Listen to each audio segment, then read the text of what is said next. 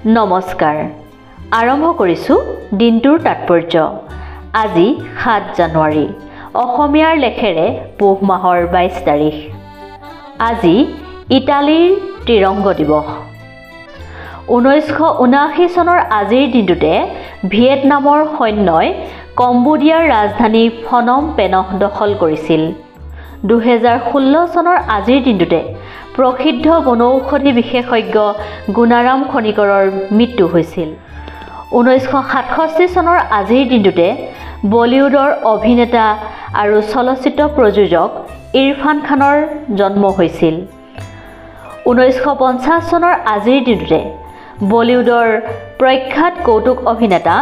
জনি লিভাৰৰ জন্ম হৈছিল ১৯৫৩ চনৰ আজিৰ দিনটোতে আমেৰিকাৰ ৰাষ্ট্ৰপতি হেনৰি টুমনে